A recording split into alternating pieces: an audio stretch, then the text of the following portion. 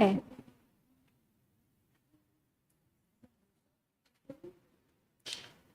Achei. 86, gente? É, né? Então vamos lá. Começar aqui, gente. Apenas as últimas atualizações de processo penal eu coloquei aqui, tá bom? São mais curtas, né, que as de penal, tá bom? O primeiro artigo que foi modificado recentemente, gente, foi do HC, tá bom? Hoje, o HC, ele sempre falava, o HC pode ser impetrado por qualquer pessoa, inclusive pelo Ministério Público, e hoje o artigo 647-A, ele permite que o juiz, de ofício, gente, conceda o HC. Uma coisa que eu quero que vocês tenham em mente, certo? Que o juiz, para soltar, para beneficiar, ele sempre pode agir de ofício. Ele não pode agir de ofício quando é para ter algum tipo de constrição. Prender, medida cautelar, perder bens, tá bom? Então, de ofício, o juiz, para beneficiar, que no caso o HC, né? É para beneficiar, ele pode. Então, no começo desse ano, certo, gente? Foi incluído esse artigo 647-A, permitindo o juiz, né, decretar o HC de ofício, tá bom, gente? Isso aqui foi uma das modificações que a gente teve, né, esse ano. Ano passado, a gente também teve uma modificação, que é o artigo 70, parágrafo 4º, gente, que trouxe a competência do crime de estelionato. E esse estelionato aqui, aquele estelionato do PIX, de transferência ou de cheque sem fundo. Quando eu tenho um crime de estelionato, certo, gente? De transferência de cheque sem fundo, a competência vai mudar. A regra, gente, a competência seja do lugar da infração, tá bom? Inclusive, vocês devem lembrar, talvez, no Código de Processo Penal, o professor falando de o local do banco sacado, né? Então, por exemplo, o estelionato, ele se consuma onde há o prejuízo da vítima. O prejuízo da vítima acontece quando a pessoa saca o dinheiro do banco, beleza? Só que não tinha sentido, gente, de uma pessoa sofrendo um golpe aqui em Fortaleza, a pessoa está transferindo o dinheiro para um banco lá em Minas. Como é que a vítima ir lá para Minas, tá bom? Por conta disso, o código modificou e hoje a competência do crime de estelionato, quando há transferência de valores, gente, é no domicílio da vítima, tá bom? Domicílio da vítima aqui, certo, gente? É a competência. A única situação que vai ser domicílio da vítima é esta. Então, falou em golpe de PIX, cheque sem fundo, certo, gente? Não tem sentido a vítima ir para outro estado. Então, vai ser no domicílio da vítima essa competência, tá bom? A estelionato é condicionada, exceto se for para idoso, né, contra a administração pública ou pessoas incapazes. Mas é incondicionado, exatamente, certo? Então, domicílio condicionado, exatamente. Certo? Então, domicílio da vítima, beleza? Outra situação que mudou, gente, agora o STF, gente, finalzinho do ano passado, ele finalmente foi julgar aqueles artigos do pacote anticrime que falava do juiz de garantias, tá bom? Essa questão, inclusive o artigo 3A, caiu na última prova da OAB. O artigo 3A, ele fala que o sistema do Código de Processo Penal é o sistema acusatório, tá bom? Inclusive, é a primeira pergunta que a gente tem aí, né, do nosso página 86, né, gente? Vou colocar aqui para quem tá chegando aí. É a primeira questão, tá bom? Então, o que é o sistema acusatório? Existem 3 tipos de sistema, tá bom, gente? E 2 que realmente estão valendo, é o sistema acusatório e o sistema inquisitivo. Através desse sistema, a gente consegue entender vários princípios. No sistema acusatório, gente, eu vou ter, como o nome está dizendo, um órgão de acusação. Então, eu vou ter muito bem divididas as funções. Eu vou ter o juiz para julgar, eu vou ter o MP para acusar, eu vou ter ali, certo, a defesa para se defender, eu tenho o papel da investigação, tá bom? Então, aqui no sistema acusatório, eu tenho a divisão de tarefas, a divisão de funções. É por isso, gente, que o juiz, ele não pode agir de ofício. Se o juiz, certo, gente, olha para um fulano e fala, eu vou prender fulano, ele saiu da posição de julgar.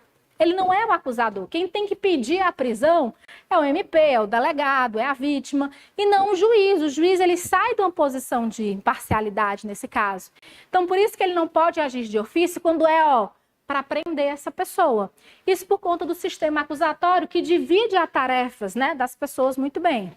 No sistema acusatório, gente, nós também temos, certo, respeito aos direitos fundamentais. Eu tenho, gente, princípio da ampla defesa e contraditório. No sistema acusatório, a defesa tem o mesmo poder de armas que eu tenho uma acusação. O MP tem 5 dias, eu também quero 5 dias. O MP tem 8 testemunhas, eu também tenho 8 testemunhas. Não existe de prazo em dobro aqui não, viu, gente? Se prazo em dobro é em outro canto, é no civil, certo? No penal, a MP tem 5 dias, eu quero 5 dias. O MP tem 8 testemunhas, eu também tenho direito a 8 testemunhas. A ampla defesa e o contraditório, gente, permite, certo? O mesmo poder de fogo, tá bom? Direitos fundamentais, tá bom? Então, ao respeito aos direitos fundamentais, aqui eu tenho direito ao silêncio, o direito da não autoincriminação, certo? Eu tenho o juiz natural, eu tenho vários princípios que a gente vai dar uma olhadinha já já, que são respeitados, tá bom? No sistema acusatório, gente, a produção de provas também é respeitada. Aqui, gente, o juiz, ele não tem iniciativa probatória, certo, gente, na investigação. Então, exceto o Xandão, né, gente? Então, exceto o Xandão, certo? O juiz, ele não começa inquérito, gente. Ele não começa a produção de provas. Existe uma pessoa, o juiz é para julgar. No sistema acusatório, ele fica num papel aqui, certo, gente? Ele fica equidistante das duas partes, tanto da acusação como da defesa. Ele não pode estar mais chegado para um lado, como às vezes acontece, tá bom? Ele tem que ficar, gente, como uma pessoa que é espectadora. Ele só age se ele for impulsionado. Aí eu quero uma busca e apreensão, peraí, deixa eu analisar. Não, solta fulano, deixa que eu analisar. Então ele vai agindo conforme ele é, certo, impulsionado, tá bom? Então o juiz não tem iniciativa probatória aqui, certo, gente? E a verdade que se busca é uma verdade processual. A verdade, gente, é aquilo que eu consegui provar no processo. O que eu não consegui provar no processo, eu não posso alegar, tá bom? Então, a gente tem esse respeito aqui dessa verdade processual. Não é verdade real a qualquer custo. Eu não posso torturar uma pessoa para conseguir, certo, gente, os fatos, né? Eu não posso, certo, gente, utilizar, passar por cima dos direitos fundamentais. Eu tenho que respeitar os direitos e eu vou buscar a verdade daquilo que eu consigo, certo? Dessa verdade processual, tá bom? A gente tem, por exemplo, o caso até mesmo da Elisa Samúdio. A gente nunca soube ao certo o que aconteceu com ela. Aí foi do cachorro, não foi pro cachorro, foi não sei da onde. Ela sumiu, foi enterrada, ninguém sabe. As pessoas foram condenadas aos indícios, né? Mas a gente não sabe. A verdade processual que conseguiram colocar no processo, nunca conseguiram chegar à verdade realmente real. E eu não posso torturar, eu não posso ameaçar para conseguir essa verdade, tá bom? É totalmente diferente, gente, o sistema acusatório do sistema, certo, gente, inquisitivo. O sistema inquisitivo, gente, é um sistema onde eu não tenho divisão de tarefas. Eu vou ter concentração de função. Aqui, gente, eu tenho uma pessoa que vai julgar, que vai acusar, que simplesmente não tem certa preocupação com imparcialidade, tá bom? Aqui, gente, não há respeito, tá bom, dos direitos fundamentais, ampla defesa, contraditório, nada disso.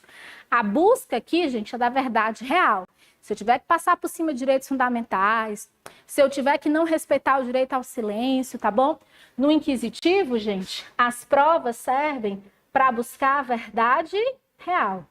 E aqui vale tudo, tá bom? Eu tenho ainda, certo, gente, resquícios desse sistema inquisitivo no inquérito policial, tá bom?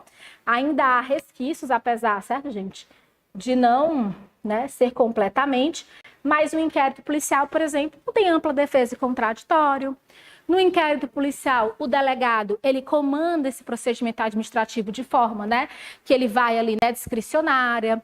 Eu posso pedir como advogado de defesa uma diligência, mas ele faz se ele quiser, certo? Então, ainda há resquícios, certo, gente, ali dentro desse inquérito policial. Não, hoje mais ninguém. O que a gente tem é um misto. A França utiliza um misto, que é a mistura de cada um, tá bom? Tranquilo, no Brasil, o sistema acusatório, isso foi perguntado na última prova, tá bom? Então, o artigo 3A foi o artigo que falava do sistema acusatório, certo? E o STF declarou constitucional. Ele não só fala que o sistema acusatório, mas fala que o juiz não tem iniciativa probatória, que é ele iniciar um inquérito policial, tá bom, gente? E fala também que o juiz não pode trocar o membro do MP, tá bom? Esses 3 pontos que tem no 3A. O 3B, gente, ele começa falando do juiz de garantias. Então, o STF considerou o juiz de garantias constitucional, tá bom? E aí, nesse juiz de garantias, eu tô falando isso porque, como caiu o 3A, agora é a hora de cair o 3B, tá bom? O juiz de garantias, ele é constitucional. E o STF, gente, deu 12 meses, prorrogável aí, né, por mais 12, para o CNJ, gente, certo? Ele conseguir organizar e estruturar a justiça e criar essas varas, né? Hoje em dia, gente, nós temos algumas varas de audiência de custódia, mas ela é bem longe do que se espera o Código de Processo Penal, tá bom? Tem que criar realmente uma distribuição, organização judiciária, de onde é que vai sair esse juiz, vai ter concurso novo, não vai ter concurso novo. Ele tem aí exatamente, certo, 2 anos para organizar e criar essas varas de juiz de garantias. Hoje, basicamente, gente, nós temos 3 juízes de primeiro grau, né? O juiz de garantias, que vai surgir agora, o juiz de conhecimento, que é esse que julga e condena, e o juiz da execução penal. Basicamente, a gente tem esses 3, tá bom? Então, só para a gente organizar. Alguns pontos que o STF, certo, gente, aí na sua liberdade poética, colocou nesses artigos, tá bom?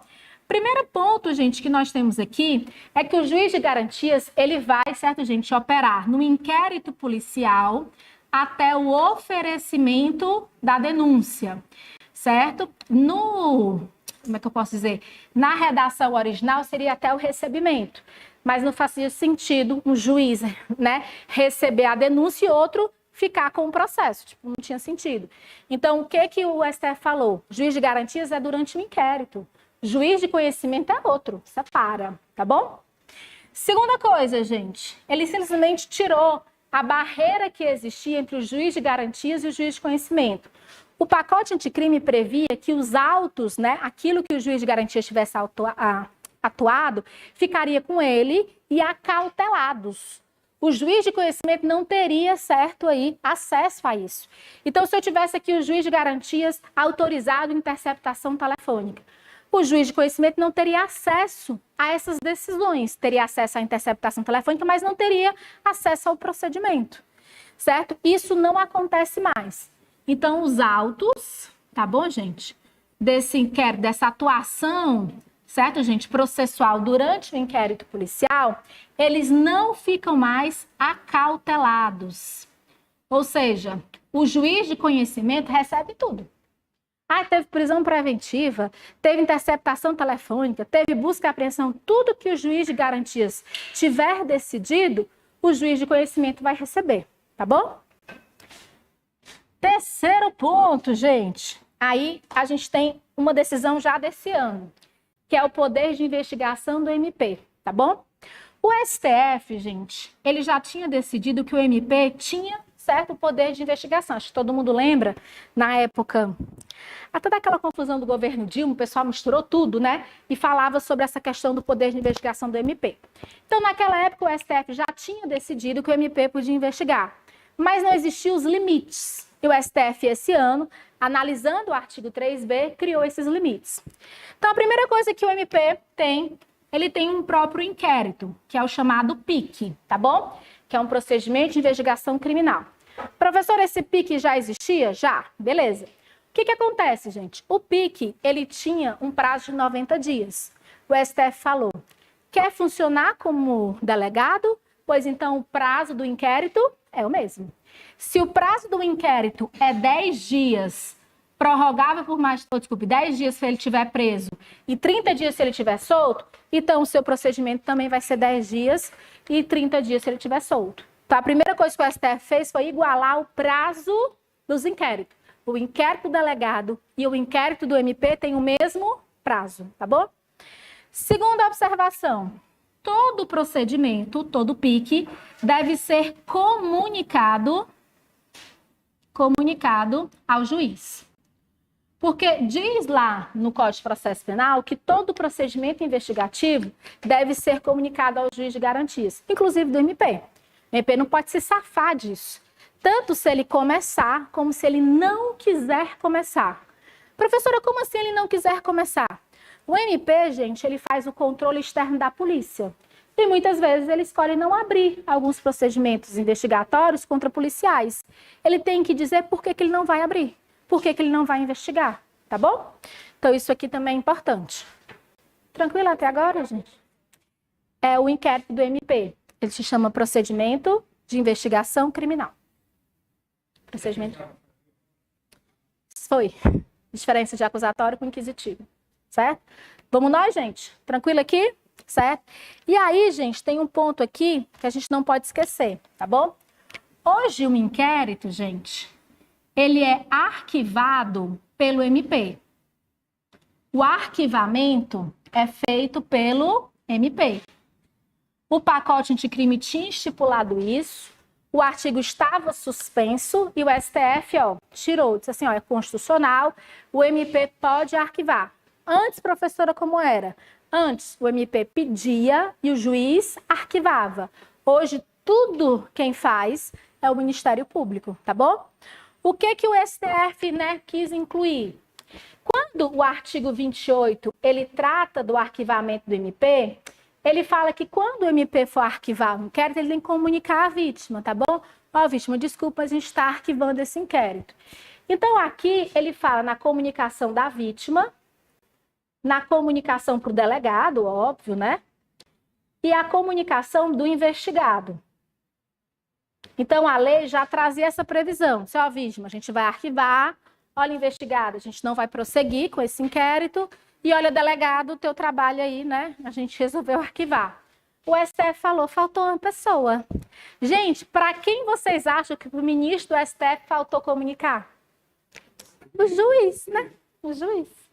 Ele falou, cadê o juiz? Professora, não tem juiz, o STF pode incluir? Teoricamente não, Mas gente, essa linha de limite de ativismo, chutaram o balde faz tempo, Então o STF falou, disse, olha, eu vou fazer uma interpretação conforme e agora eu quero que seja comunicada ao juiz, tá bom? Basicamente é isso. Não é um absurdo não, Mas para deixar claro. Beleza, gente? Vamos aí, para as nossas questões. E cada questão, a gente trabalha um princípio. Esse primeiro é sistema acusatório, mas depois começa realmente os princípios, tá bom? Gente, vocês pensam assim, depois daqui, vocês vão tomar um sorvete, uma pizza, uma cerveja, sei lá, que você gostar, uma Coca-Cola, certo?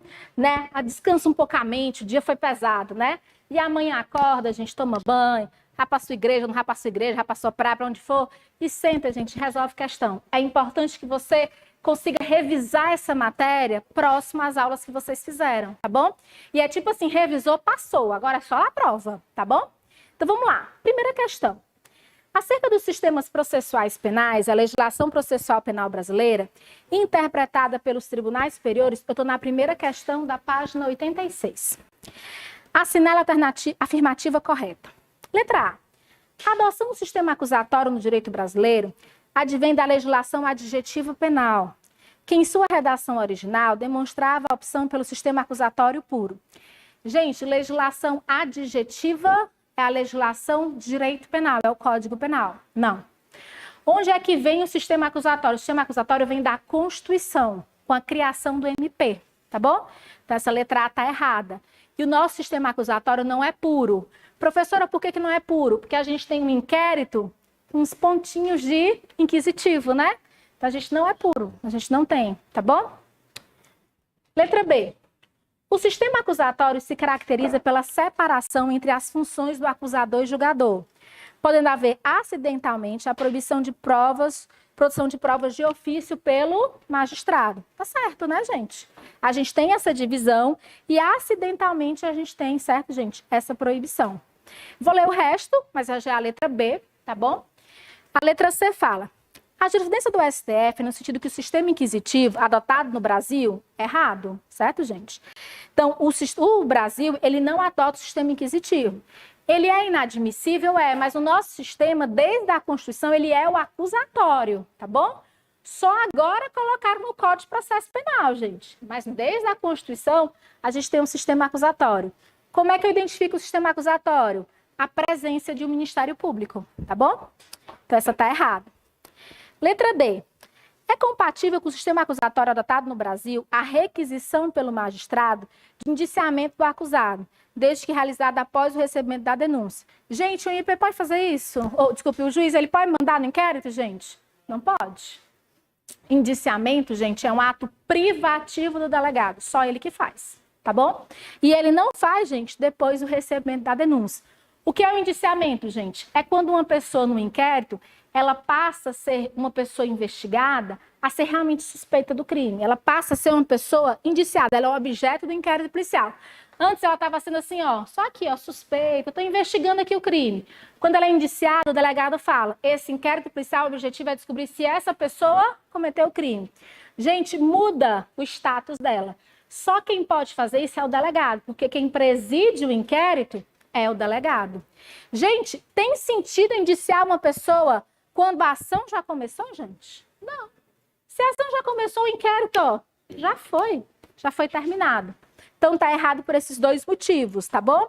Nem o MP pode, nem o Ministério Público, desculpe, gente, nem o juiz pode indiciar, nem pode ser depois do recebimento da denúncia, tá bom? Então, a primeira questão, letra B de bola, tá bom? Segunda. Jurandir, casado com Maria, é pai de José de apenas 6 meses de idade. Angustiado com a situação financeira da família após mais de 7 meses desempregado, aceita o convite do traficante da localidade onde reside para vender uma carga de entorpecentes e com isso receber R$500. Durante o seu primeiro dia vendendo drogas, é abordado por policiais militares e preso em flagrante delito. Sendo imediatamente apresentado à autoridade policial, que, em observância do artigo 6º, inciso 5 do Código de Processo Penal, passa a ouvi-lo, insistindo para Jurandir falar tudo o que ocorrer. Só abrir um parênteses aqui, tá bom, gente? O Jurandir, ele não é de uma organização criminosa, ele foi, assim, eventualmente, certo, praticar esse tráfico, né, que é transportar droga. Isso é que a gente chama de mula, tá bom, gente? E essa mula é tráfico de drogas privilegiado. O que é um traficante que pratica tráfico de drogas privilegiado? É um traficante de primeira viagem. É o primeiro crime. Tráfico de drogas privilegiado não é o mesmo que tráfico de drogas. O tráfico de drogas, gente, é crime hediondo, inafiançável, né? O mundo está acabando aqui. Tráfico de drogas privilegiado, não. O privilegiado não é hediondo. Como é que eu reconheço? É um traficante de primeira viagem. Ele tem bons antecedentes. Ele é primário e ele não participa de organização criminosa. Não tem nada a ver com a questão. Eu quero só esclarecer isso para vocês, tá bom? Que a mula, né, que é essa pessoa que eventualmente transporta drogas, tem muita essa história de mula que vem, né, da África transportando droga no corpo, né, gente? Assim, que, como é que ele fala? Eu vou transportar droga, mas ganho a passagem, né? Essa mula, gente, não é o traficante, tá bom? Oi. Aí não é tráfico de drogas privilegiado. Porque os requisitos são cumulativos. Tem que ser os 3. Viu? Vamos lá. Aí fala o seguinte, a autoridade policial em que a observância do artigo 6º passa a ouvi-lo insistindo para Jurandir falar tudo o que ocorrera. Em relação à atuação do delegado de polícia, assinale a afirmativa correta. A. Agiu de maneira correta, portanto, cumpriu na íntegra o artigo 6º, inciso 5, que diz que logo que tiver conhecimento da prática da infração penal, a autoridade deverá ouvir o indiciado com observância no que foi aplicado o disposto do capítulo 3º do título 7 desse livro, devendo o respectivo termo ser assinado por 2 testemunhas que lhe tenham ouvido a leitura. Muito cuidado, gente, ele não pode insistir para a pessoa falar, que é o que está no enunciado. A gente tem uma coisa, né, gente, que é o direito ao silêncio, isso aqui é importante, né? O direito ao silêncio e o princípio da não autoincriminação, tá bom? Então, isso aqui, a OAB gosta de cobrar princípio, tá bom? Na prova da OAB, então a gente já vai trabalhar isso aqui. O direito ao silêncio, acho que todo mundo sabe, né? Ninguém, certo, gente, é obrigado a falar e esse silêncio não pode ser utilizado em prejuízo. O silêncio, gente, além da Constituição, ele está, certo, aí, regulamentado pelo artigo 186 do Código de Processo Penal. Então, a pessoa tem direito ao silêncio e esse silêncio, gente, ele não pode significar prejuízo, né, para o réu, tá bom? É proibido prejuízo para o réu. Isso quer dizer o quê, professora?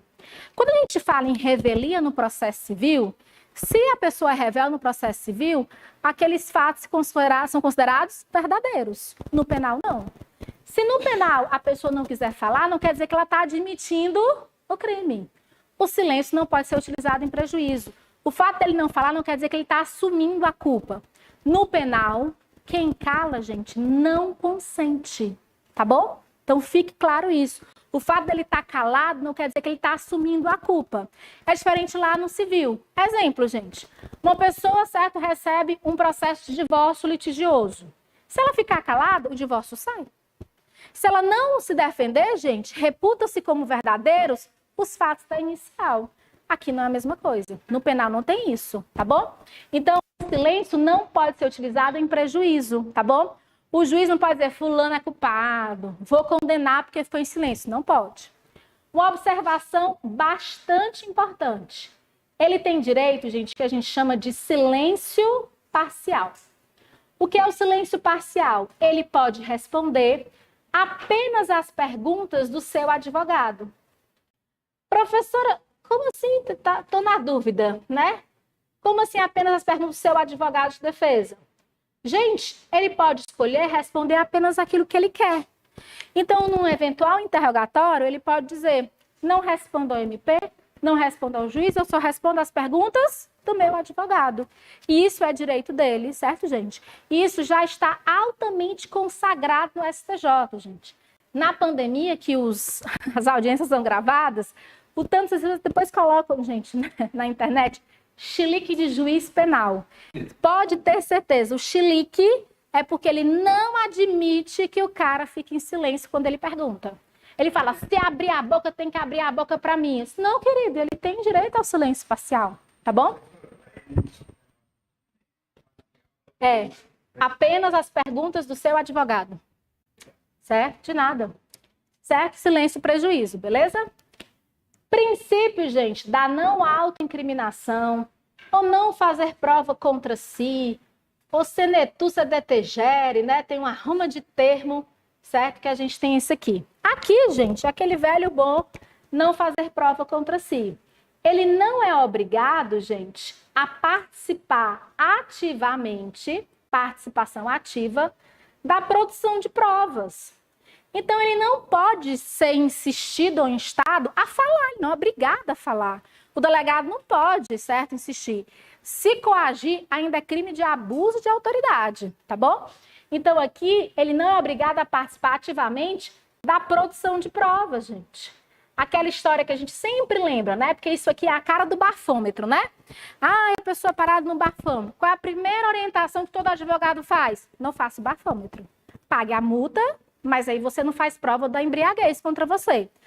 Acho que hoje, gente, existem outras formas do policial ver se você está embriagado ou não, tá bom?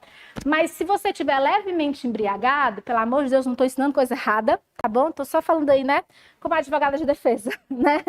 Não faça o bafômetro, gente, porque além da multa, tem um crime de embriaguez no volante. Você não é obrigado a fazer o bafômetro. Você não é obrigado a provar que você cometeu um crime, tá bom? Você não é obrigado a falar, certo? Produzir provas, exatamente. Essa participação ativa, gente, é uma participação de dar o DNA, certo? De falar no interrogatório, certo? De fazer o bafômetro, certo? De falar alguma coisa que lhe foi perguntada. Nada disso. Você não é obrigado a participar ativamente da produção de provas. Que, gente, quem tem que trabalhar isso é o delegado. Quem vai correr de diligência é o delegado. Quem vai correr de provas, atrás de provas, é o MP. Basta ficar parado, porque se não tiver provas, a pessoa é absolvida, tá bom? Então, só para vocês entenderem isso, certo? Então, tranquilo aqui, gente, em relação a isso aqui, uma observação importante, tá bom? Existe uma coisa, gente, chamada aviso de Miranda. De Miranda. Miranda foi um nome, é um americano, tá bom? O que é o aviso de Miranda? Quando a pessoa é presa, certo, gente? Ela tem que ser avisada que ela tem direito a um advogado e que ela tem direito a ficar em silêncio, tá bom? Esse aviso, gente, de Miranda, ele só gera consequências de nulidade de uma prisão se por acaso o preso não souber, certo, gente? Se houver prejuízo. Se o preso já chegar na delegacia acompanhado de um advogado, o delegado não é obrigado a dar aviso de Miranda, porque o homem já sabe, tá ali o advogado, tá ali em silêncio, não precisa. Então, o aviso de Miranda, ele gera nulidade da prisão se houver prejuízo, certo, por a falta dele, tá bom? Então, só para deixar claro, eu sei que nos filmes e seriados policiais, principalmente americanos, né? Ai, não falou que tinha direito a um advogado. Aqui, gente, só gera nulidade se houver prejuízo. Se a pessoa já chega falando, vou ficar em silêncio, eu não precisa avisar nada, a pessoa já está falando que sabe em silêncio, tá bom? Aí, vamos lá. Professor, o advogado é obrigado no inquérito? Não, tá bom? O inquérito, gente, ele pode correr sem advogado, tá bom? Então, o inquérito não precisa do advogado. O inquérito, gente, não tem ampla defesa e contraditório. O delegado não precisa estar avisando para o advogado o que está fazendo, não, gente. Que não tem contraditório. Já pensou, gente, o delegado ligando, né, para o advogado de defesa? Querido, pediu interceptação telefônica, grampeei aí o seu cliente, avisa ele aí, por favor, né, que eu grampeei. Gente, o delegado não faz isso, porque não tem contraditório, entendeu? Parece-me absurdo, mas é porque eu só dei esse exemplo para você entender. Então, isso quer dizer que o advogado ele não é obrigado, exceto, salvo, é um salvo enorme, gente. Salvo se no interrogatório o abençoado solicitar. Se no interrogatório o advogado for solicitado, aí, certo, gente? O delegado solta as canetas e espera o advogado chegar. Então, ele pode ser ouvido sem advogado? Pode. Vai ser avisado que você tem direito a um advogado. Não, não quero. Beleza, escuta ele. Agora, se ele falar, eu quero ser ouvido na presença do advogado, tem que soltar as canetas e esperar o advogado chegar. Se o delegado não esperar, gente, é crime de abuso de autoridade, tá bom? Então, isso fica muito bem claro, tá bom? Não precisa do ADV, tá bom? Mas, se ele for perguntado, tem que estar lá. Professor Bruno já deu aula de ética para vocês? Deu não, né? É Rafael ou é Bruno? Rafael, né? Desculpa. Pronto. A história de acesso aos autos do inquérito, né? Só botar isso aqui. O inquérito policial, gente, é um procedimento administrativo. Com todo procedimento administrativo, né, pela súmula, o advogado tem acesso aos autos do inquérito. Acesso aos autos, gente, é daquilo que já foi documentado. Eu tenho acesso, gente, ao passado. Eu não tenho acesso ao presente e ao futuro. Se a interceptação telefônica está em andamento, eu não tenho acesso, certo, àqueles autos. Se uma busca e apreensão vai ser feita, gente, daqui a 2 semanas, eu não tenho acesso. Porque eu só tenho acesso daquilo que já foi documentado. Então, primeira observação, o advogado tem acesso aos autos do inquérito? Tem. Daquilo que já foi documentado, do passado. Eu não tenho acesso a diligências em andamento presente, nem ao futuro. Gente, tem menor sentido eu ficar sabendo que meu cliente vai ter uma busca e apreensão na próxima semana. Tem menor sentido, tá bom? É, exatamente. Eu só tenho acesso ao passado. Tá bom? Ao passado, tá bom? Segunda observação. Professora, precisa de procuração para ter acesso ao inquérito? Não, a não ser que o inquérito seja sigiloso. Na última prova, se deu uma celeuma. Gente, falta assim, uma confusão da FGV. Horrível, tá bom? Mas fique muito claro, ó. Eu não preciso de procuração. Porque isso aqui, gente, é um direito, certo? Uma prerrogativa do advogado. Tá no Estatuto da OAB, não tá no Código de Processo Penal. Eu tenho direito a acessar o inquérito até mesmo para saber se eu quero o cliente. Eu vou olhar lá e falo, menino, estupro de vulnerável. Não, obrigada, né? Eu posso dizer, ó, não quero, tá bom? Eu tenho esse direito, tá bom? Eu posso negar, tá bom? Não tem problema nenhum. Agora, se por acaso, gente, for um inquérito sigiloso, aquele inquérito, por exemplo, discriminação racial é sigiloso, envolvendo criança e adolescente é sigiloso, né? Esses inquéritos são sigilosos, gente, eu preciso de procuração. Tá bom? Preciso de procuração. O professor de ética vai explicar muito bem isso. Gente, com essa observação, preste atenção nisso aqui, viu, gente? Cara da provinha. Certo, professora, eu tenho direito ao acesso ao inquérito policial. Cheguei na delegacia, o que o delegado faz? Ah, não vou te dar, não. Não vou te dar acesso ao, né, auto do inquérito.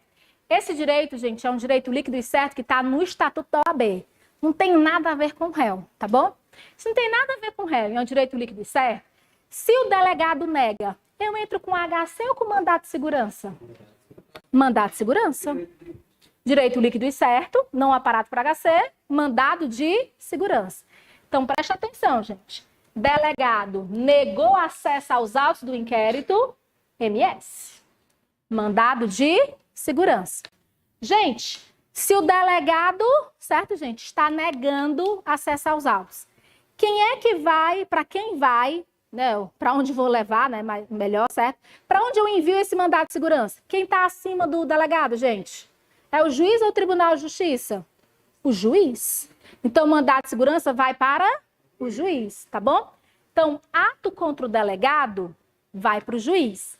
Ato contra o juiz é que vai para o Tribunal de Justiça. Então, quem revê as decisões do delegado, gente, é o juiz, tá bom? Esse mandado de segurança, gente, serve para essas duas coisas. A negativa, certo, gente? De acesso aos autos. E outra coisa, gente, bem importante.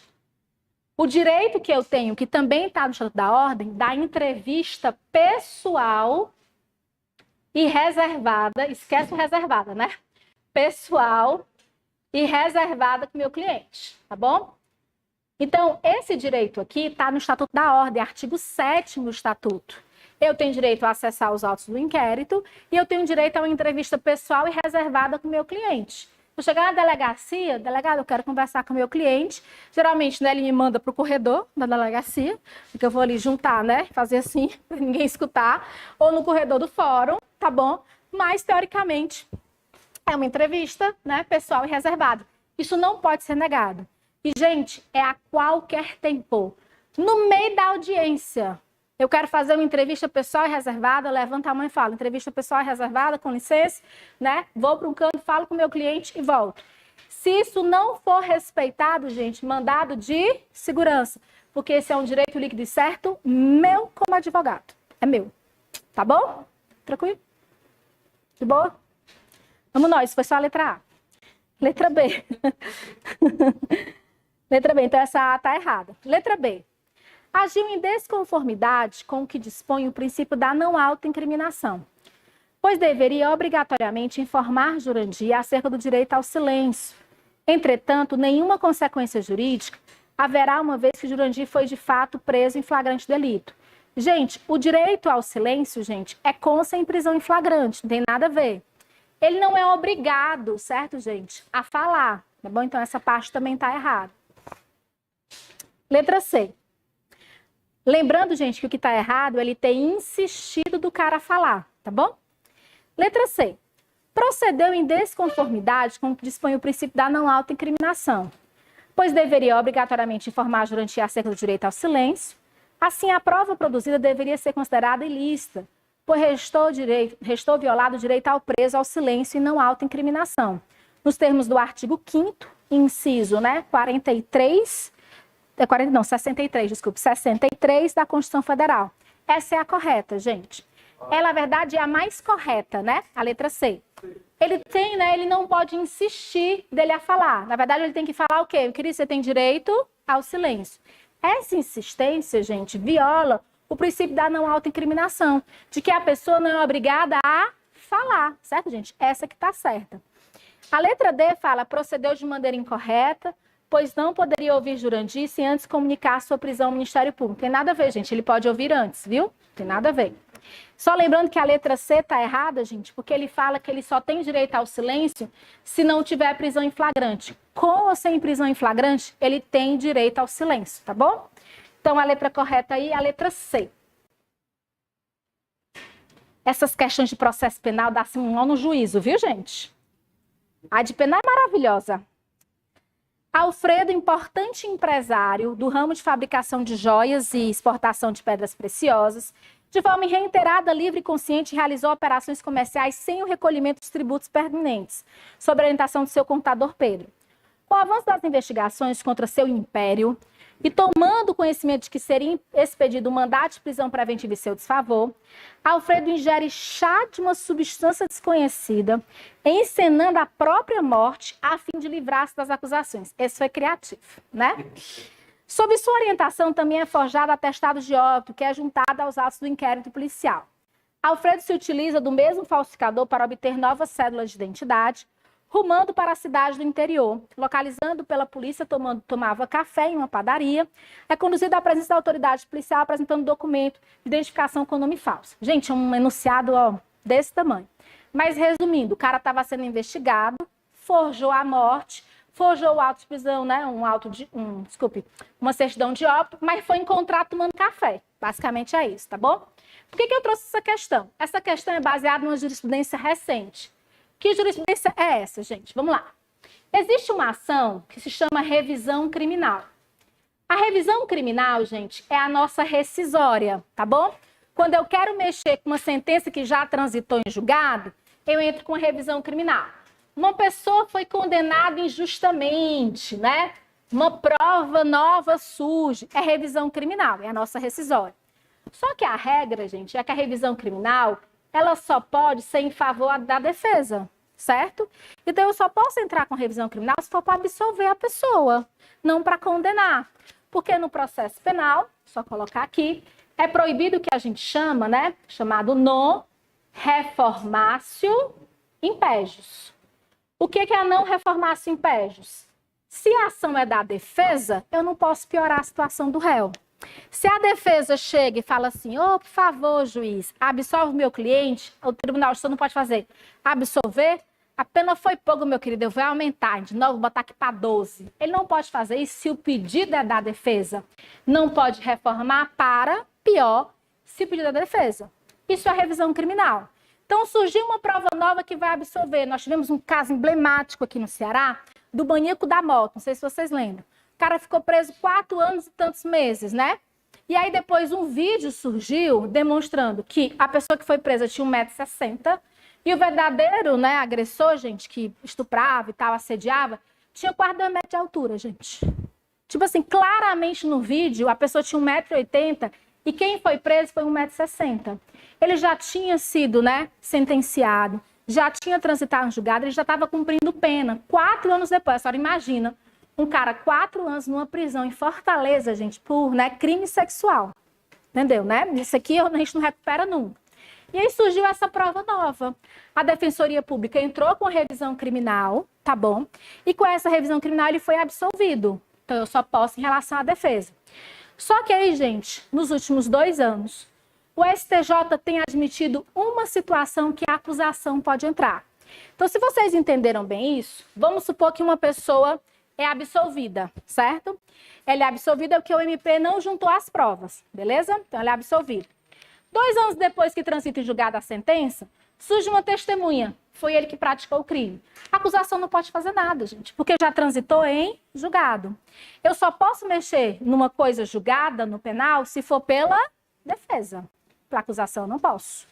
Só que o STJ falou, só tem uma situação que o MP pode entrar, quando a pessoa forja a própria morte. Quando eu tenho, certo, gente, uma certidão de óbito falsa.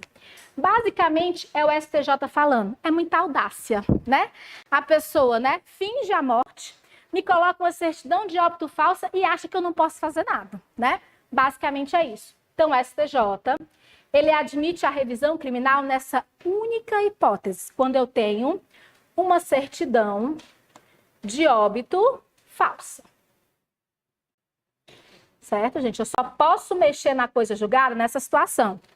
Professora fulano foi absolvido e surgiu uma prova de que ele matou a fulana. Não posso fazer nada. Ele já foi absolvido? Já transitou em julgado? Eu não posso fazer nada. Agora, se ele forjou a morte dele, eu posso mexer. Tá bom, gente? Isso é por causa da reformatio impejus. Você já viram aquela situação, gente? Você está lá na faculdade, aí você vai pedir para o seu professor, dá uma olhadinha aqui na minha prova.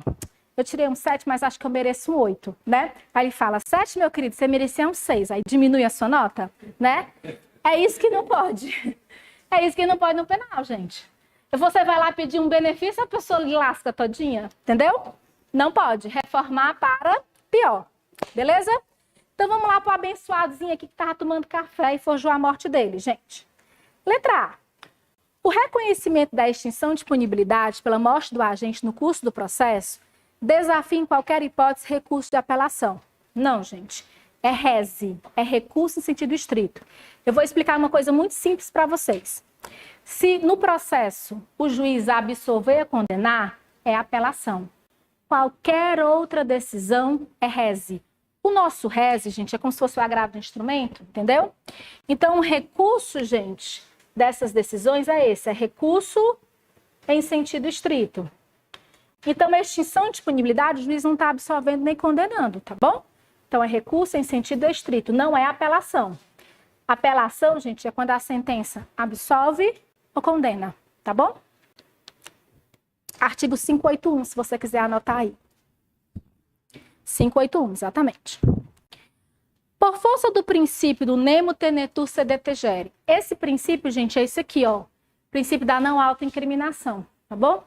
É um dos poucos latins que ainda cai.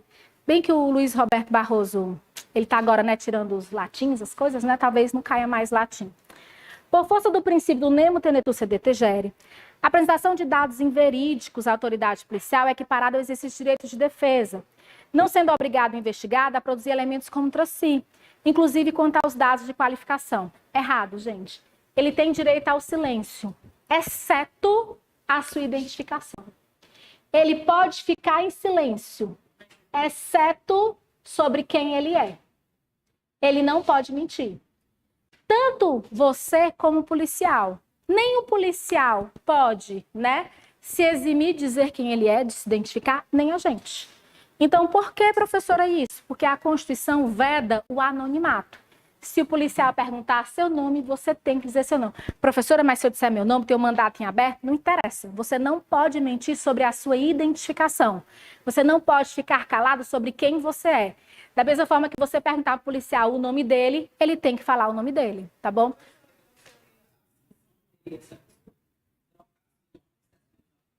Falsa identidade. É crime de falsa identidade.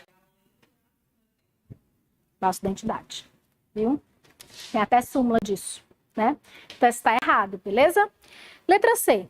O arquivamento fundado na extinção de punibilidade não pode ser revisto em razão de prova nova. Errado. Pode ser revisto, gente, ó, só por conta disso. É a única situação em que eu posso rever, certo, gente? Essa decisão é em relação à certidão de óbito falsa, tá bom? Isso tá errado. Letra D. A descoberta da falsidade de certidão de óbito gera a retomada do processo na fase em que estiver, não gerando coisa julgada em sentido estrito. A decisão que reconhece a extinção de punibilidade nessa hipótese. Perfeito. Não faz coisa julgada, gente. Se ele, certo, gente, forjou a morte, entra com revisão criminal, digo, ó, certidão de óbito falsa, retoma o processo, tá bom? Mas lembra, gente, para a defesa é a única situação em que eu posso retomar o processo, tá bom? Para defesa não, para acusação, desculpe. Para acusação, eu já tô dando até tilt, gente. 4:10. Para acusação, é só nessa situação, tá bom? Eu vou falar com a Carol depois, que ela teve a brilhante ideia de me botar o dia todinho. Beleza, gente? Vamos nós. Terceira questão é a última, tá bom? Então, lembra disso, gente. Eu só posso retomar o processo se a decisão, gente, foi baseada em certidão de óbito falsa, tá bom? Para acusação, porque o resto eu posso, né? Então, se a pessoa já foi absolvida, eu não quero nem saber se ela foi absolvida. Foi certidão de óbito falsa, eu posso retomar o processo. Tipo material. Isso.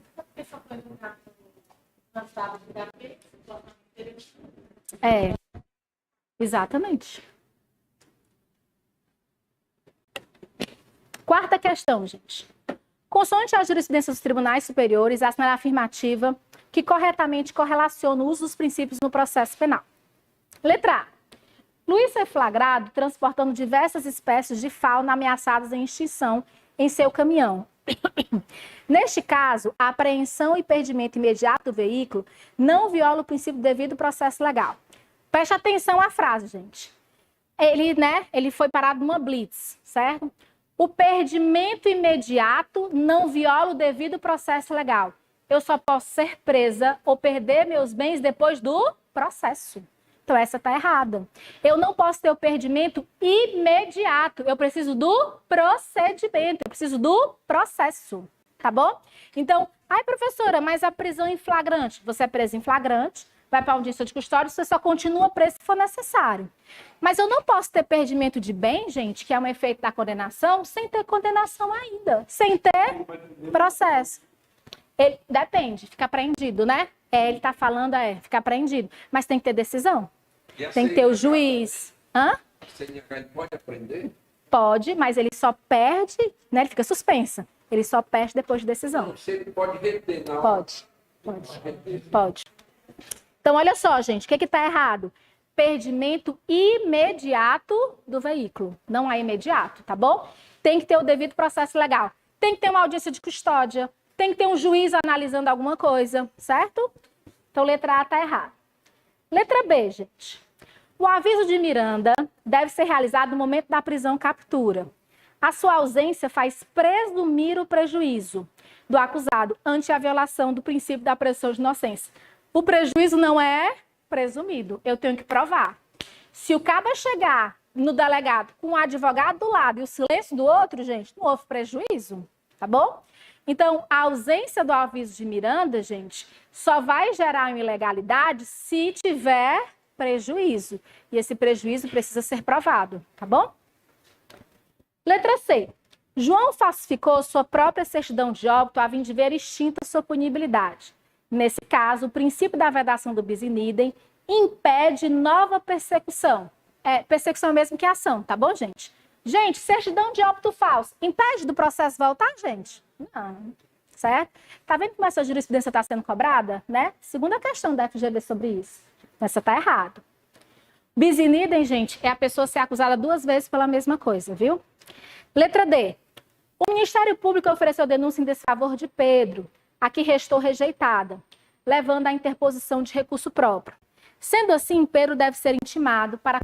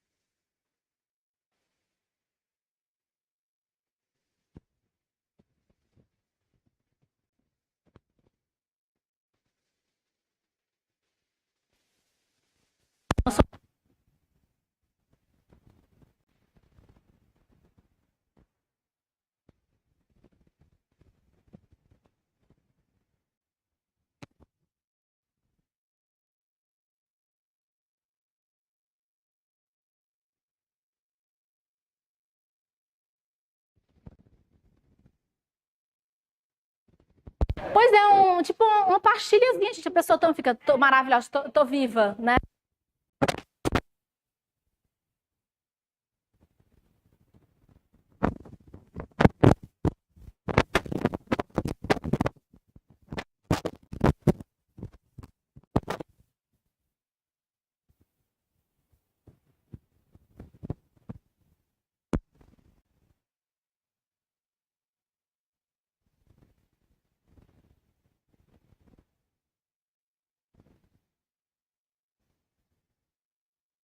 Gente, tudo que você precisa saber vai estar aqui, ó, nesse esqueminha. Ação penal.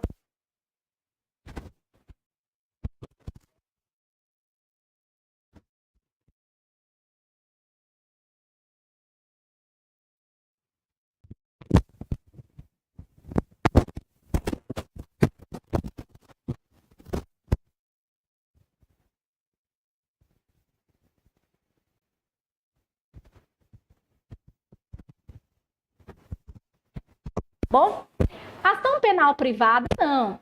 Ação penal privada, gente, ela é disponível.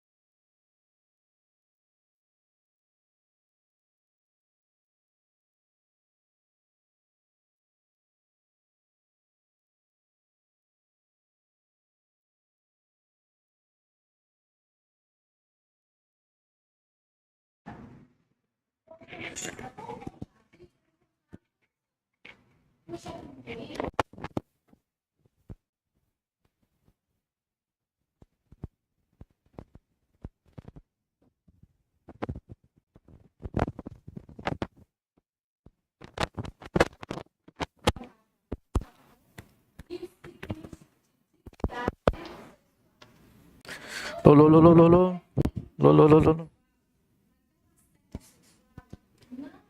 Independente da vítima, tá bom?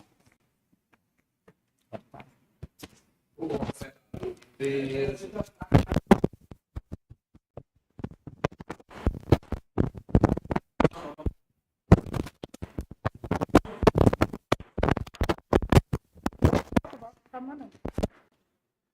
Beleza, gente? Então, a ação penal pública incondicionada é que não depende. O Ministério Público tem investigação, tem tudo. sem a vontade da vítima. O racismo que a gente viu na aula de penal e os crimes de dignidade sexual. Gente, estupro, assédio sexual, aquela história de gravação de cenas de sexo sem autorização, aquelas câmeras escondidas, né? Tem muita história de... Qual é o nome daqueles apartamentos alugados, gente? Exatamente, Airbnb, né? Divulgação de cena de nudez, aquela pornografia de vingança. Tudo isso agora é de ação penal pública incondicionada, tá bom? Não depende, certo, gente? Eu não fui ainda para lá, não. Eu nem comecei ainda. Tô só explicando ainda.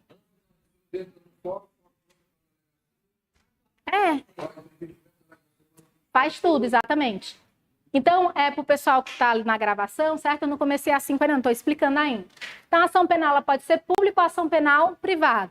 A ação penal pública, o titular é o MP e a petição inicial se chama denúncia. Na ação penal pública incondicionada, que tem exemplo como racismo, identidade sexual, né? Os crimes de patrimônio, a maioria são de ação penal pública incondicionada. A história lá, né, da violência doméstica contra a mulher, tá bom? Hoje a gente tem até o crime de ameaça, né? Que virou incondicionada, certo? Então, aqui, gente, independe da vontade da vítima, tá bom? Há outro tipo de ação que mais cai, que é a ação condicionada. Eu posso ter duas condições. A primeira é condicionada à requisição do ministro da Justiça, gente.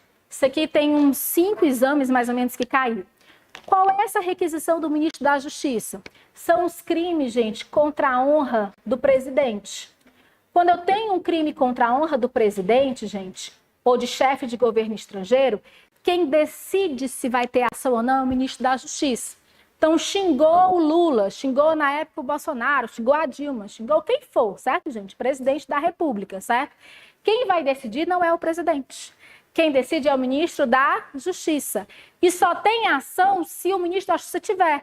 A gente sabe de várias pessoas que xingaram vários presidentes e não foram responsabilizados. Porque só é responsabilizado, gente, se o ministro da Justiça autorizar. E fique isso muito claro para vocês, gente. Não é o presidente, é o ministro da Justiça que decide. Na época do governo Bolsonaro, eu lembro muito de um ano que eles fizeram tipo assim, como se fosse, vamos ver quantas ações nós tivemos, né, de crimes contra a honra do presidente. Tinha tido, assim, umas 27 ações. Com certeza, tiveram muito mais pessoas que xingaram ele, com certeza. Mas o ministro da Justiça quis só esses 27. Como a gente sabe do atual presidente ou da antiga presidente, que seja. Não estou defendendo ninguém, tá bom? Então, quem decide é ele. Não é requisição. Requisição, tá bom? Aí, nós temos o outro, que aí sim, é a representação da vítima. A representação da vítima, gente, tem, certo, um prazo, que é o prazo de 6 meses. Isso costuma cair muito em prova. Então, a vítima sofre um crime condicionado à representação, ela tem 6 meses para comparecer à delegacia. Se ela não comparece, ocorre decadência. Tá bom? Ocorre decadência. Então, um exemplo aí clássico, né? O crime de ameaça que não é de violência doméstica. Você é ameaçada, sei lá, pro seu colega de trabalho, tá bom? Você tem 6 meses contados da autoria de quem você sabe que lhe ameaçou para comparecer à delegacia. Passou os 6 meses, você já não pode mais, porque ocorreu decadência, decaiu o direito, tá bom? Então, só para deixar claro. Lembrando, gente, se não tem representação, né, isso aqui a gente já falou sobre isso, não tem, certo, gente? Não tem prisão, não tem inquérito policial e não tem ação penal. Eu preciso, certo, gente? Isso é um requisito.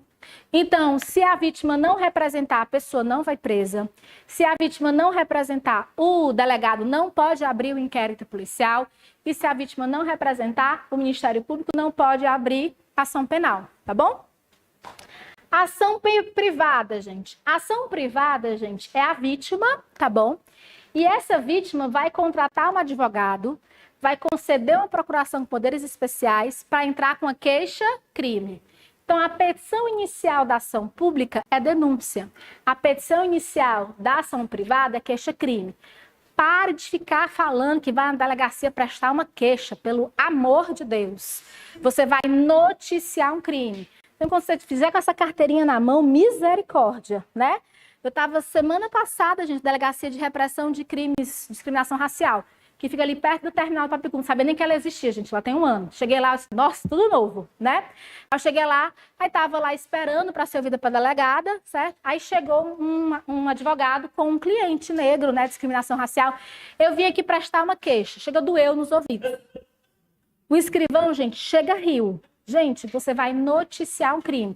Você deixa o seu cliente falar isso, mas você vai noticiar um crime. É uma notícia crime, gente, porque denúncia é o nome da petição inicial da ação pública e queixa é o nome da ação, certo, privada. A notícia é crime. Que não vai de nada, né, ali? Ação penal privada, certo? Ação penal privada, a primeira, gente, é a chamada regular ou propriamente dita. Nessa ação penal privada regular ou propriamente dita, a vítima, ou se a vítima tiver morrido ou foi incapaz, o seu representante legal. E aí pega aqui na dica, gente. Quem é o representante legal no penal, gente? Certo? Isso aqui já caiu em prova. Representante legal, a gente chama de CAD. Quem é que representa a vítima quando ela é incapaz ou ela morreu, gente? É o artigo 31. São sempre os mesmos representantes. Nós temos o CAD, é o cônjuge, ascendente, descendente e irmão. Nesta ordem, viu, gente? Então, quando a vítima não pode, porque ela é menor ou ela morreu, quem representa tudo no processo penal, quem vai representar é sempre o CAD, tá bom? Esse é o artigo 31 do Código de Processo Penal. Então, ele determina. Então, a ação regular são essas aqui. Aí, a vítima que foi injuriada é uma menor. Então, né, lógico que ela provavelmente ela não vai ter cônjuge, né? Vai vir os ascendentes representá-la, tá bom? Ou propriamente dita. Obrigada. Propriamente dita. Isso, propriamente dita. É porque é a ação privada, né, que a gente chama assim, a simples, né? A que realmente é, né? Porque as outras, elas não vão ser realmente propriamente dita privada. Vamos lá. A segunda, gente, é a chamada personalíssima. Na personalíssima, como o nome já diz, eu não tenho representante legal. Eu não tenho aqui representante, somente a vítima pode entrar. Hoje, gente, eu só tenho o crime de omissão de casamento. Antigamente, o crime de adultério estava aqui, tá bom? Aí, professor, omissão de casamento, de impedimento de casamento. Vocês lembram, professor Plastino, acho que não chegou nessa parte ainda, direito de família? Tem os impedimentos de casamento, não pode casar, né, com, lógico, né, com familiares, né, com familiares, não pode casar se o cônjuge, né, o outro cônjuge não tiver feito a partilha de bens, no caso, né, do viúvo, se não tiver feito inventário, são vários tipos de... Não pode casar se estiver casado. Oi, querido. Mesmo assim, não pode.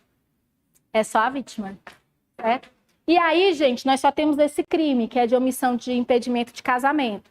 Só a vítima, como o colega de vocês perguntou, se a vítima foi incapaz e tiver morrido, o processo acaba, morre aqui, viu?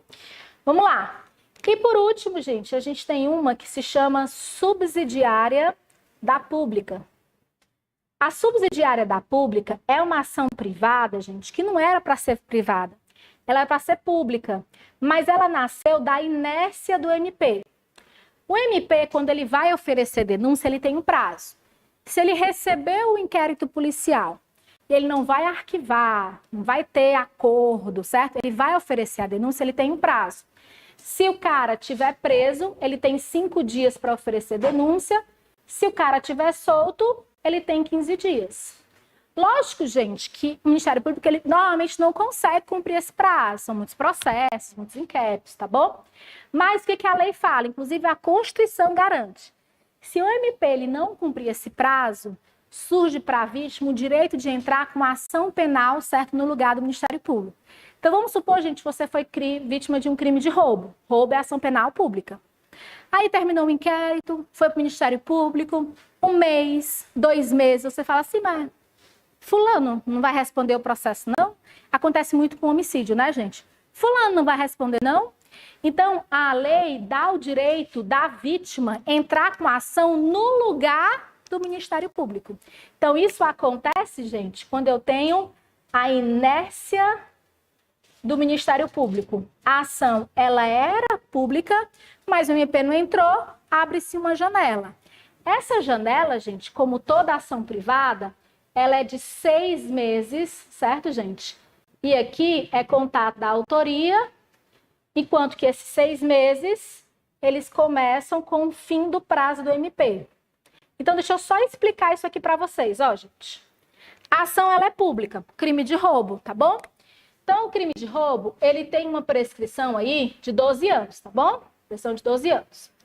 Então, o crime aconteceu, tá aqui, ó, o fato aconteceu, e o Ministério Público recebeu o inquérito, tá bom? Recebeu o inquérito, tem que oferecer denúncia.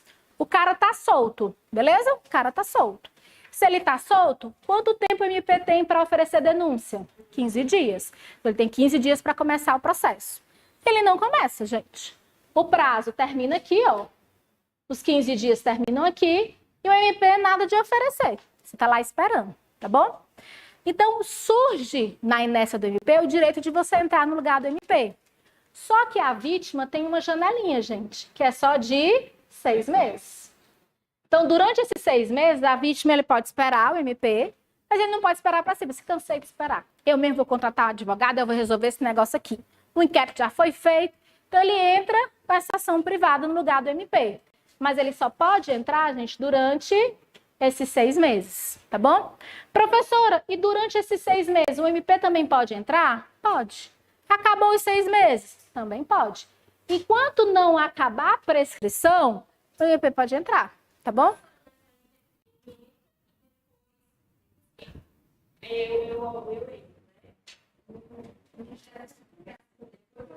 Não, eu fico com a ação, eu posso deixar nas mãos do Ministério Público se eu quiser, mas ele não pode pegar a ação de mim assim não, só se houver negligência, viu?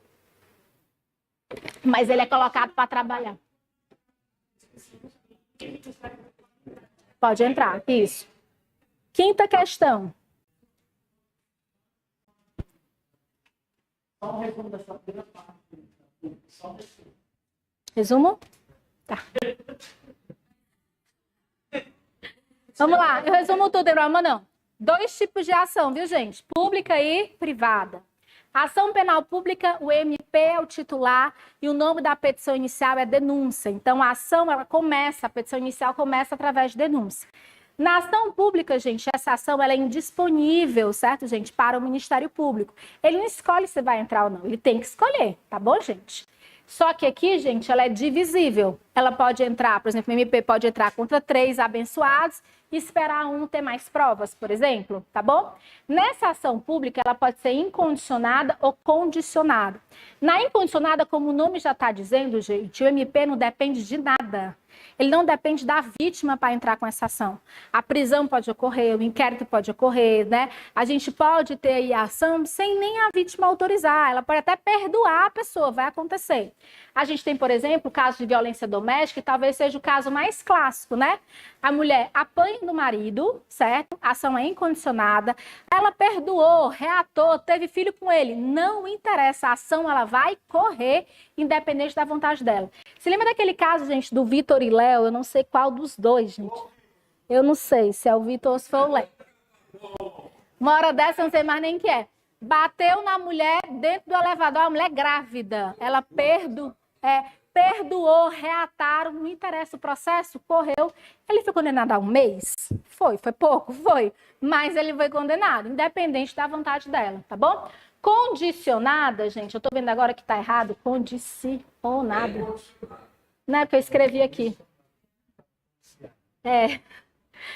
Dessa hora. Condicionada pode ser tanto condicionada à requisição do Ministério da Justiça, nos crimes contra a honra do presidente, ou como a representação da vítima, tá bom? A gente tem aquele crime de perseguição que eu falei, né, na aula de penal. A gente tem o crime de ameaça, lesão leve, tá bom? São alguns crimes que têm essa condição, precisa dessa condição para acontecer, tá bom?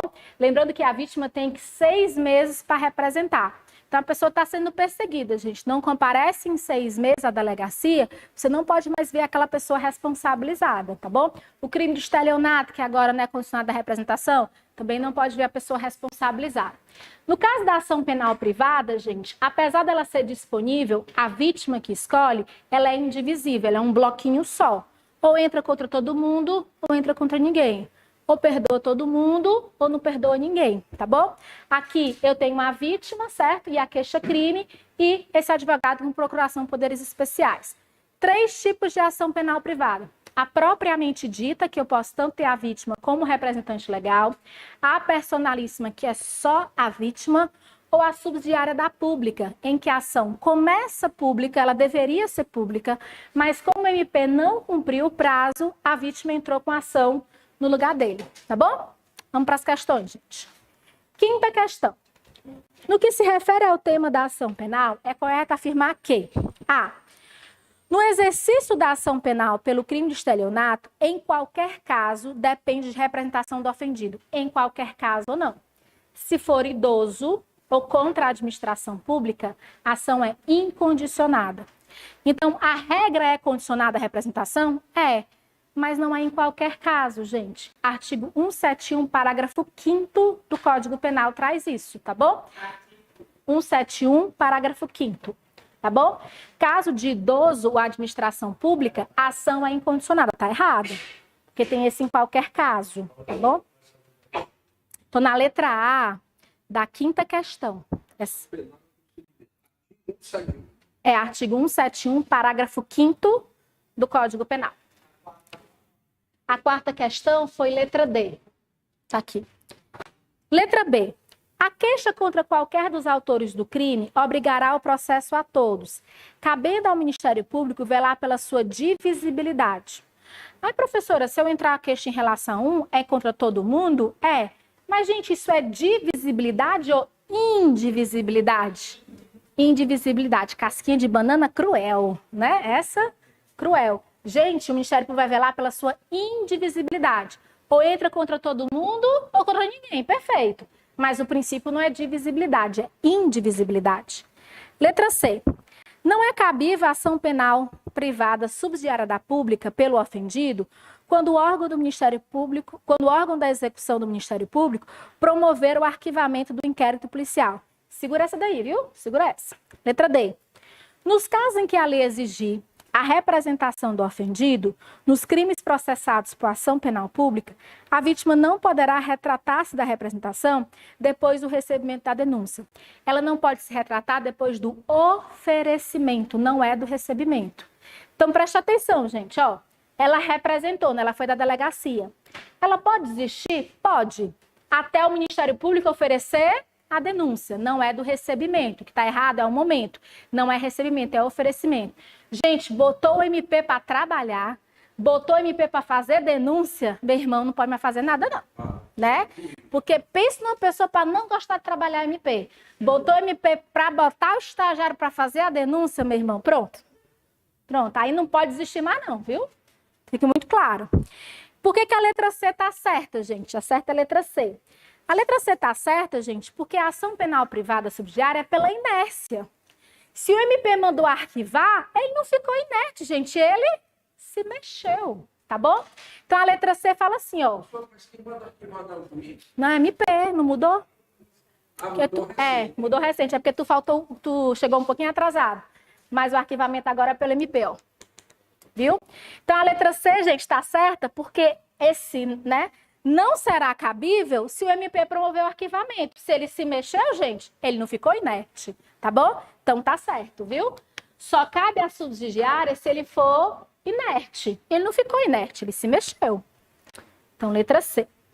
6ª questão. Durante uma festa, uma casa noturna, Michele se desentende com sua amiga Flávia, que lhe desfere um tapa no rosto, causando lesão corporal de natureza leve. Gente, se é amiga dela, é violência doméstica? Não, né? Se fosse namorada, aí seria, né? Flávia, então, se dirige à autoridade policial e registra o fato, manifestando expressamente seu interesse em representar contra Michele. tendo em vista a natureza da ação penal pública condicionada à representação. Perfeito. Lesão leve é uma ação condicionada, então a vítima tem que comparecer à delegacia até 6 meses. Tudo tranquilo. Fim do procedimento policial, os autos foram encaminhados ao juizado especial competente. O Ministério Público apresentou proposta de transação penal a Michele, que não aceitou. Proposta de transação penal é proposta de acordo, tá bom, gente? Após o oferecimento da denúncia pelo parquê, Flávia se diz arrependida e manifesta seu advogado interesse de retratar da representação oferecida, destacando que ainda não foi recebida a inicial acusatória. Preste atenção, gente. Ela pode desistir até quando? Até o oferecimento. Já foi oferecida, não pode desistir mais não. Então, a vítima só pode desistir dessa representação até o Ministério Público oferecer denúncia. Ofereceu, pronto, acabou. Perdeu esse direito, tá bom? Essa parte está errada. Vamos lá. Considerando os fatos acima narrados, você, como advogado de Flávia, deverá esclarecer. A representação será irretratável na hipótese por já ter sido oferecida a denúncia. É a letra A, gente. Ela é irretratável, eu não posso mais me retratar, eu não posso mais desistir, porque já foi oferecida a denúncia, certo? Letra A. Vocês vão dormir pensando em penal, gente. Só não sei se vai ser sonho ou pesadelo, mas vai dar certo, né? 7ª questão. Mateus oferece queixa-crime contra João, alegando supostamente que o querelado, juntamente com Tiago, teria feito postagens nas redes sociais, afirmando ser o querelante corrupto e fraudador de licitações. Gente, presta atenção aqui, ó. O Mateus, certo, gente? Ele foi vítima de um crime do João, certo? E do Tiago, beleza? Gente, xingamento é calúnia, difamação ou injúria? Injúria. Professora, mas chamou de corrupto é crime. Continua sendo injúria. Injúrias são palavras. Para ser calúnia, gente, tem que contar uma historinha. Ó. Calúnia é fulano fraudou a licitação X porque pegou o remédio, fez assim. Se contar uma historinha que ela é definida como crime e eu sei que é falsa, isso é calúnia. Xingar de ladrão, corrupto, isso é injúria. Xingamento é injúria. Mesmo que tenha esse caráter de crime, corrupto, né? Aí, certo? O que ele falou aqui? Corrupto e fraudador de licitações, tá bom? Isso é injúria, tá bom? É apenas um detalhezinho. Diante da hipótese narrada, é correto afirmar que o crime praticado é de, né? Então, a gente já tem as opções aí, ó. A letra A é injúria, a letra B, calúnia, injúria e calúnia. Então, só pode ser a letra A ou a letra C, né? A gente já sabe disso. Não é calúnia. Letra A, injúria. A queixa-crime deverá ser rejeitada ante ao princípio da indivisibilidade, embora sem que haja extinção e punibilidade de João. Letra C. Injúria, João deverá ter extinta a sua punibilidade ante a aplicação do princípio da indivisibilidade. Então, preste atenção, vamos voltar aqui para o enunciado. Mateus, gente, entrou com queixa-crime contra João, tá bom? Alegando que supostamente querelado juntamente com Tiago teria feito postagem nas redes sociais. Ele ofereceu contra João, mas não ofereceu contra Tiago. Se ele renunciou em relação ao Tiago, estende ao João. Se, certo, gente, ele renunciou a um, se estende aos demais. Então, se houve renúncia ao Tiago, também houve renúncia ao João. Então, esse item aqui, gente, é a letra C. Ó, João deverá ter extinta a sua punibilidade ante ao princípio da indivisibilidade, né?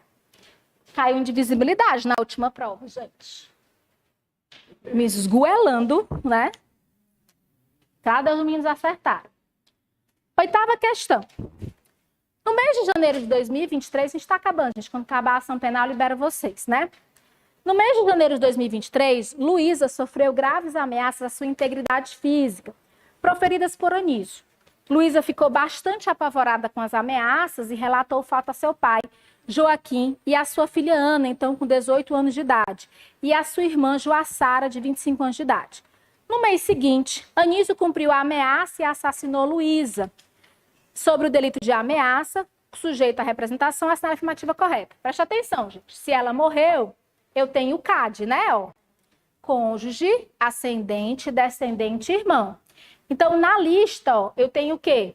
eu tenho o pai, que é Joaquim, depois eu tenho a filha, que é Ana, e por último, a irmã, né? Ó, porque é nessa ordem aí, beleza? Então vamos lá.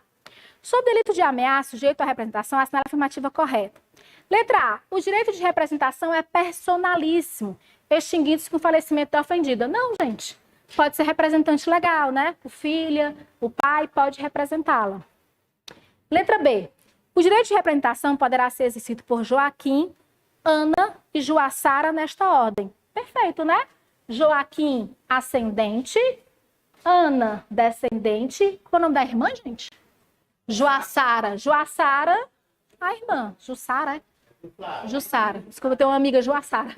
Certo? Então, nessa ordem, ó, é CAD, gente. Decora o CAD. Isso aqui, ó, cai demais. Tá bom? O CAD é nessa ordem. Beleza?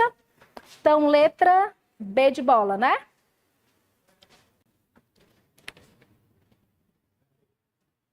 Nona questão. Cristiano é servidor público do Tribunal Regional do Trabalho há mais de 10 anos. E no exercício de suas funções foi vítima de um crime contra a honra praticado por Rodrigo, um jurisdicionado. Nessa hipótese, afirmar que, gente, quando o funcionário público ele sofre um crime contra a honra, essa ação ela é, certo, assim como se fosse partida no meio, o tipo de ação. O que acontece? Quando eu tenho um funcionário público que sofre um crime contra a honra, esse funcionário público ele pode ou entrar com ação sozinha, ser ação privada, e ele mesmo contratar um advogado e oferecer queixa-crime, ou ele pode deixar nas mãos do Ministério Público. A ação vira pública condicionada. Porque, gente, se ele sofreu o crime, né, em razão da função, não é muito justo ele contratar um advogado e gastar dinheiro, né? Então, ele pode escolher. Ou ele contrata um advogado, se ele for médico irritado, como geralmente tem uns clientes lá no escritório, certo? Ou então, gente, ele deixa nas mãos do Ministério Público, que vai oferecer a denúncia, né? A gente chama isso de uma ação alternativa, certo? Tanto faz privada, como faz, certo, gente, sei pelo Ministério Público. Os crimes contra a honra, gente, eles têm essa particularidade aqui, tá bom? O que acontece? A regra é que a ação seja privada, essa privada propriamente dita aqui. Então, o crime, certo, gente, de calúnia, difamação e injúria são de ação penal privada. Contrata advogado, oferece queixa-crime. Mas tem umas particularidades. A primeira, se for contra funcionário público, o funcionário público pode escolher. Se esse crime, gente, for de injúria e essa injúria for real ou for uma injúria por preconceito, ao invés de ser ação penal privada, ela vira condicionada à representação. Professor, o que é uma ação de injúria real? É quando envolve violência. Sabe aquelas pessoas que vai humilhar a outra e cospe na cara dela, joga coisa, né? A bebida. Tem um seriado, gente, horroroso, mas muito bom também, que é aquele Bom Dia Verônica. Na primeira temporada tem uma cena em que o marido, que eu esqueci quem é o autor, acho que é Eduardo Moscov, ele corta o cabelo da mulher para humilhá-la. Isso é horrível. É uma injúria real. É uma injúria que você está humilhando e você está humilhando através de um tipo de lesão corporal. Ele responde pelos dois crimes, gente. Lesão corporal e injúria, tá bom? Então, só para vocês entenderem. Isso é uma injúria real, que é quando uma injúria que envolve algum tipo de violência ou vias de fato.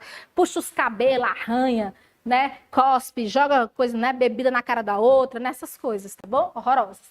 Essa ação, como envolve violência, ou a por preconceito, que é idoso, lembra, né, gente? Idoso, PCD e religião, vira condicionada à representação, tá bom? Então, tem essas particularidades no crime contra a honra. A questão que a gente está fazendo é relacionada ao funcionário público, tá bom? Então, vamos lá, gente. Em relação ao funcionário público, né, esse Cristiano que sofreu crime contra a honra, nessa hipótese é correto afirmar que, letra A, a ação penal somente poderá ser ajuizada por Cristiano mediante queixa-crime. Somente não, né, gente? Que pode ser o MP ou ele, né? Ó, é alternativa, viu? Letra B. A ação penal privada somente poderá ser ajuizada pelo Ministério Público. Gente, MP não oferece ação penal privada, né? Já começa por aí. Esse somente também está errado. Letra C. Cristiano não poderá apresentar queixa-crime. Pode, gente. Letra D. Cristiano, mediante queixa-crime, e o Ministério Público, mediante representação do ofendido, possui legitimidade concorrente. Perfeito. tá bom? Letra D aí de dado, certo? Essa questãozinha, gente, esse assunto, né? Caiu, tem alguns exames, né? D de dado, ó. 10ª. Sobre a admissibilidade da denúncia, assinale a afirmativa correta, tá bom?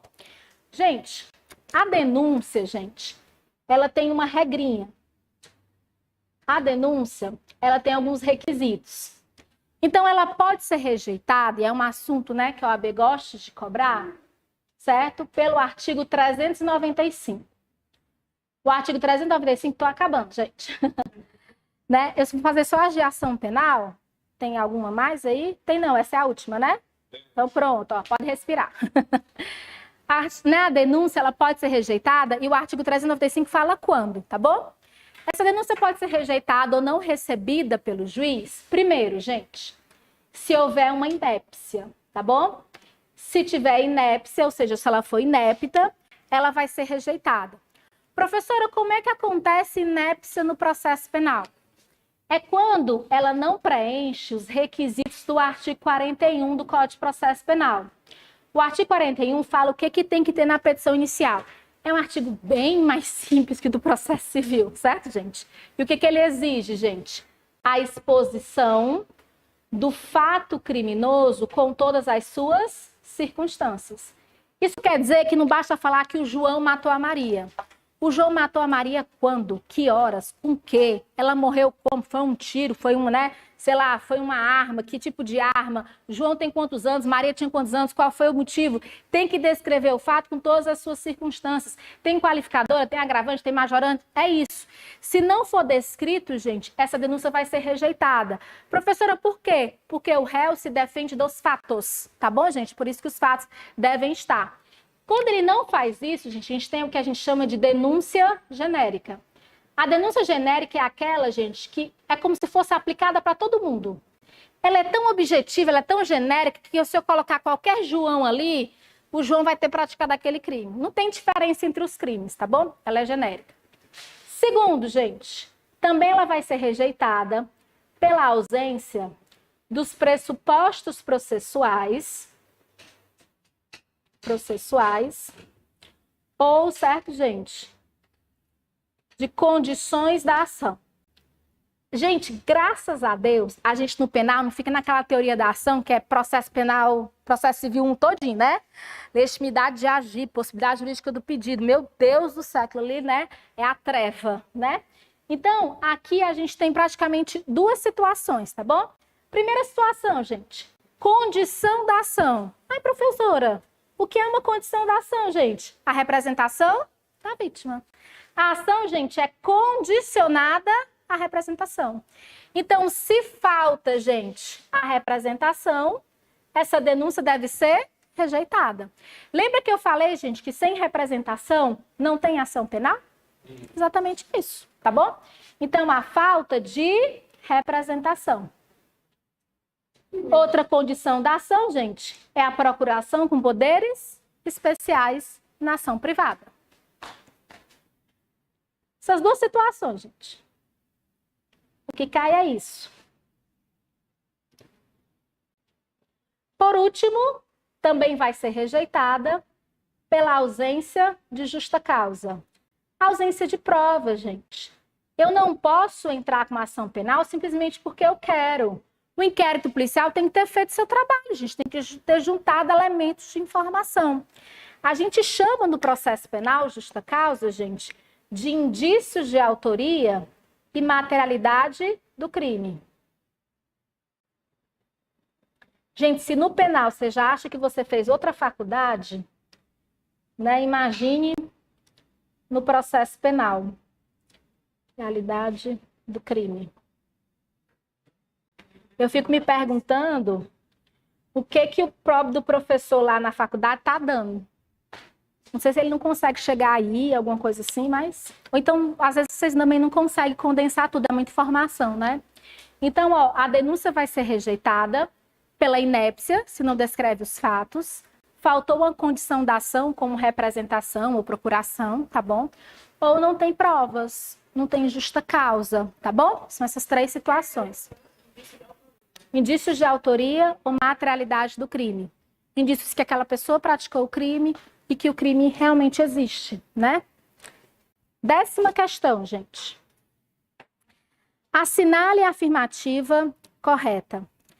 A denúncia deve ser rejeitada se não houver elementos de informação conclusivos sobre a autoria do delito.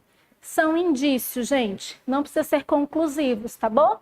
São indícios. Eu só vou ter certeza que a pessoa praticou o crime depois do processo, tá bom? Então, a denúncia pode acontecer se eu tiver indícios. Não precisa ser conclusivo, tá bom? Conclusivo que está errado. Letra B. A ausência de pressuposto processual resulta no não reconhecimento da inépcia da denúncia. Ele misturou duas coisas, gente. A inépcia é a ausência de exposição do fato. Pressuposto processual é outra coisa, tá bom? Então, a ausência de pressuposto processual gera a rejeição, não gera inépcia, tá bom? Inépcia é quando, você não coloca tudo o que aconteceu, tá bom? Os fatos. Letra C. O ofendido tem legitimidade para exercer o direito de queixa. Se tratando de delitos de ação penal pública, o Ministério Público não oferecer a denúncia no prazo legal. Correta. É a subsidiária, tá bom? Então aí, gente, é letra C de casa. Vou só ler a letra D. O STF depende da autorização do Senado para decidir sobre a admissibilidade de denúncia. Gente, certo? O Senado, o STF, qualquer outra pessoa não precisa de autorização do Congresso para entrar com a denúncia, viu, gente? Nem para prender, viu? Então, a 10ª, gente, letra C de casa. Vão com Deus. Vocês devem estar super cansados. Mas valeu, gente, quem ficou até o final, viu? Guerreiros.